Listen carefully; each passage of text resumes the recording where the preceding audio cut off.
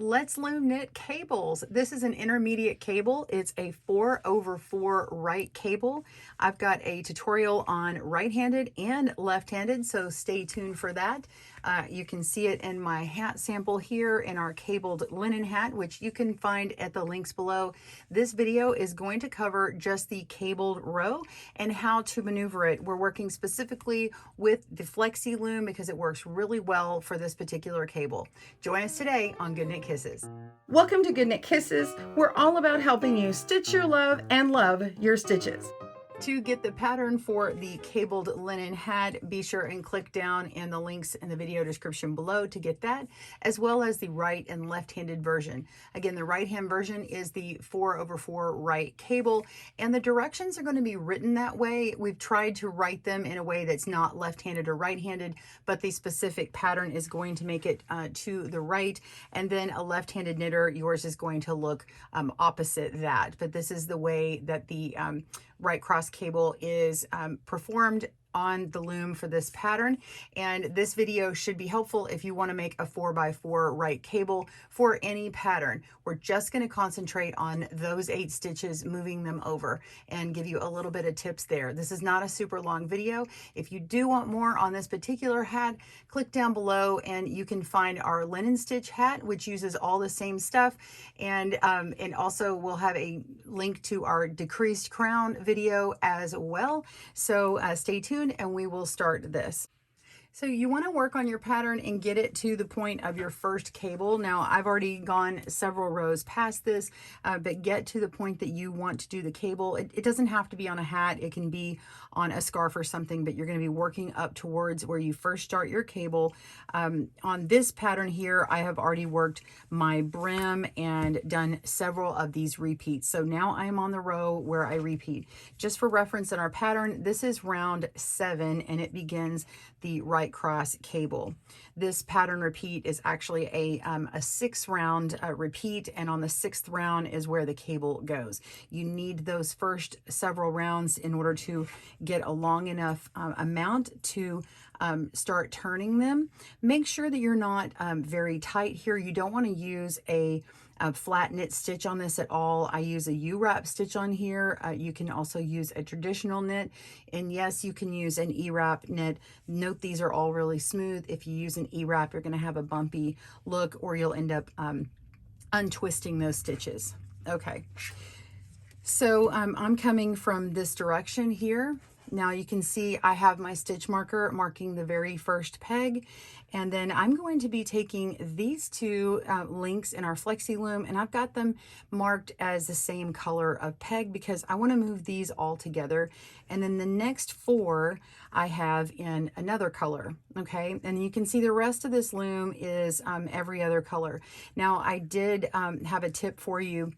When you put this together, I suggest having the adjacent pegs that are close to your cable be rounded on the Flexee Loom and towards the end here. If you have lots of cables, I just suggest doing all rounded links. And what I mean is when you come to it, it has this rounded bit and not a straight like this one. Do you see how this has a straight edge to it and it's not flexible? So you need that flexibility, and you'll see why as soon as we start moving it.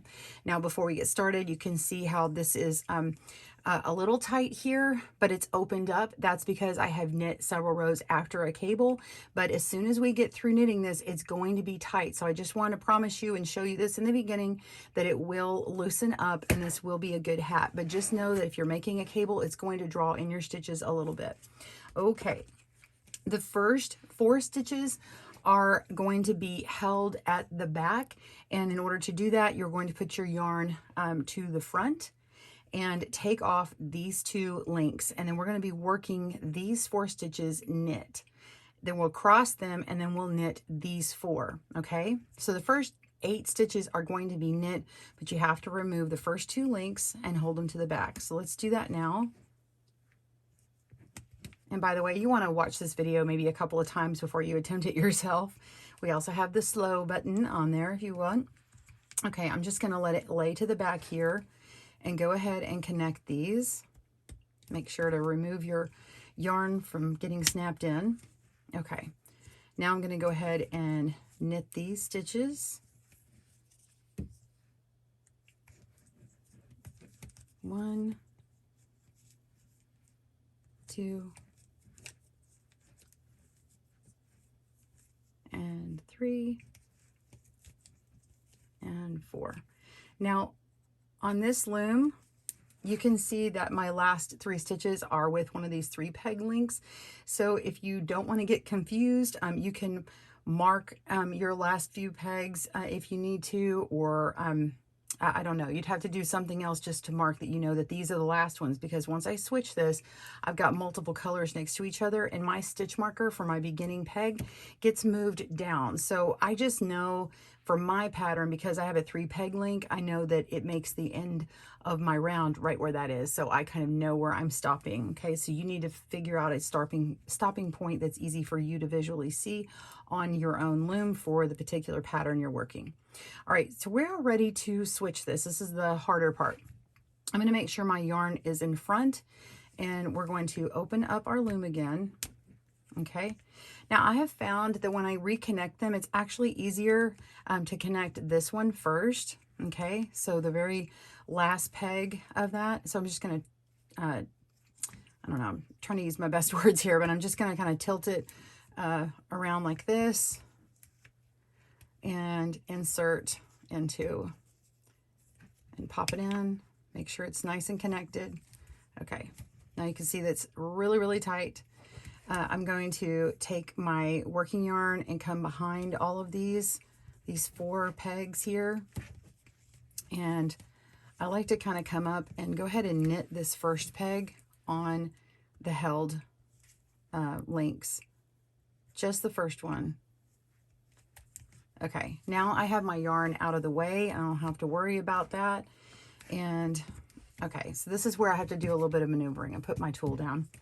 Okay, so we're just going to kind of bend forward the new pegs and taking the first 2 pegs kind of out. You're just sort of playing with them and easing on your yarn, and then snap them together. Now mine looks like it's snapping super easy. That's because the row before I tried to be looser with my stitch. Also, I had worked this one and you see how it's pulling really big. We're going to tighten that up here in a moment.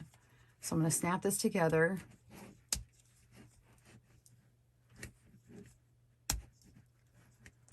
Okay, now it's really tight. You can see how it's really tight right here. So I want to make sure that we are not over our other pegs. So we're just going to push that down, kind of bend it around a little bit. And now I'm going to pull on this yarn and pull forward to get the slack out. If you need to, you can insert your hook into that stitch below and pull forward to give yourself a little bit of strength. And I just kind of pull on it like that. Now you can see that this stitch is elongated, and so I'm going to try and pull out a little bit of slack from these, because I don't want my cable to have these really long V stitches in it, right? We don't want knit stitches down here that are going to be much longer. Now, if you do have a little bit of one stitch is longer, you can kind of pull on those stitches and even out the tension along here if you need to, but try and fix it at this stage. Okay, so this one is a little tight, so I'm going to tug on that and even this out. Okay, so we do that beforehand. Pull on that, and now it's ready. Sometimes I end up having to pull and make this second one tight, and then I can ease out the tension between them after I get these next 4 knit. So we're knitting these next 4 stitches, and there you go. Okay, so I've got this one's a little bit elongated, and then this one's a little short, so I can just pull snug on that one and ease that tension up to match. Okay, and then go ahead and knit your round, and then come back and go ahead and knit this one again. I suggest not setting aside your cabling until you are a few rows past. That way that this yarn is not sitting on the needles having a lot of big tension. So if you have to set your project down, set it down before you work a cabled row, and then note that where you are in your pattern. All right, well, that is all you need to know for making your cabled, your 4/4 right cross cable. And I hope that has helped you today. I just thought I'd throw a bonus in here. If you are working with an odd number loom, before a decrease, you can move over your last stitch to the next to the last stitch and then knit those two together, and then just, whoops, and then just switch out the last 3-peg link for a 2-peg link.